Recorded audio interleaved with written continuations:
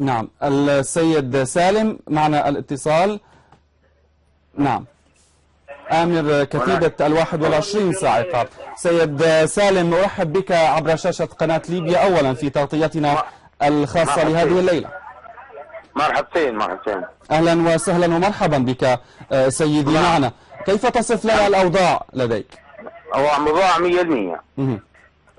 أوضاع 100% عندنا. نعم، ولكن يعني الليبيون ينتظرون الآن. هناك إشاعات يروجها البعض بأنه تم اقتحام المعسكر 21.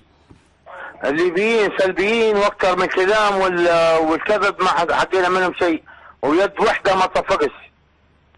باهي لنا 9 ايام نقاوموا فيهم نحن، 9 ايام وانتم تشوفوا بس العيد وتتفرجوا علينا. نعم. وما زلنا صامدين في المعسكر قاعدين. نعم.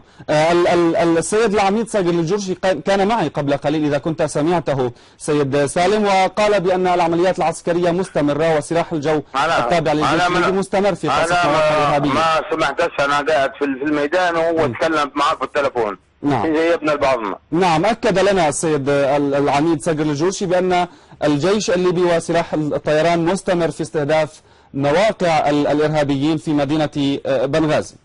صحيح. نعم. صحيح.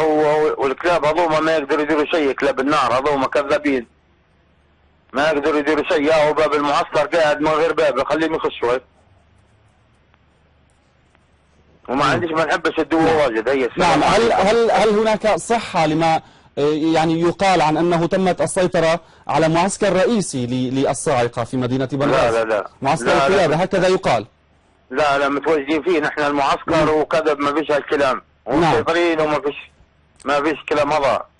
اي مواطن ليبي نقدر نقول له تعال، لكن هم كلاب ما يخلوش حد يقطم يقتلوه. نعم. الليبيون سيد سالم الآن ينتظرون، ويعني هم بلهفة لمعرفة الأوضاع في مدينة بنغازي. هل هناك من معلومات اللي تدير الليبيين يبغوا الحج بالسلامة؟ ها؟ نعم. ما اسمعش فيك، ما اسمعش. نعم أسمعك جيدا. دعني.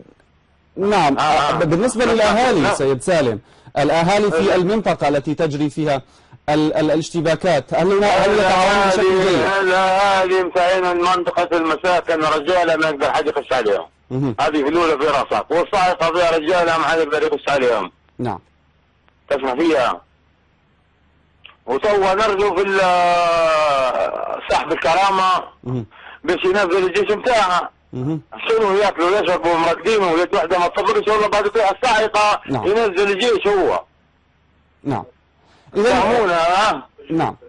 سيد سالم. لا انا من مسجد لونيس ولا من مسجد حفتر. على كتوف الرجاله يرقوا، موتوا عويل وموتوا العزيز وموتوا شيابه. يا نزلوا كرامه يا ديروا كويس يا ديموها يا بكونا من اللعب بتاع العيال.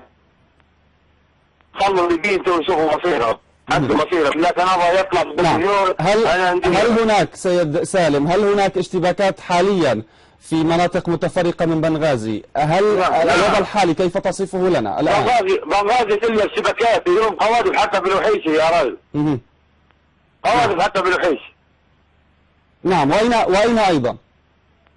وأين أيضا في غير منطقة الوحيشي؟ في جميع المناطق من الكلاب. ضروري ينزل الجيش نزل اخوي والله يكون من لعب. نعم. أشكرك جزيلا سيد سالم عفاريت، آمر كتيبة 21 صاعقة، كنت معنا من بنغازي وأكدت لنا. شكرا جزيلا لك.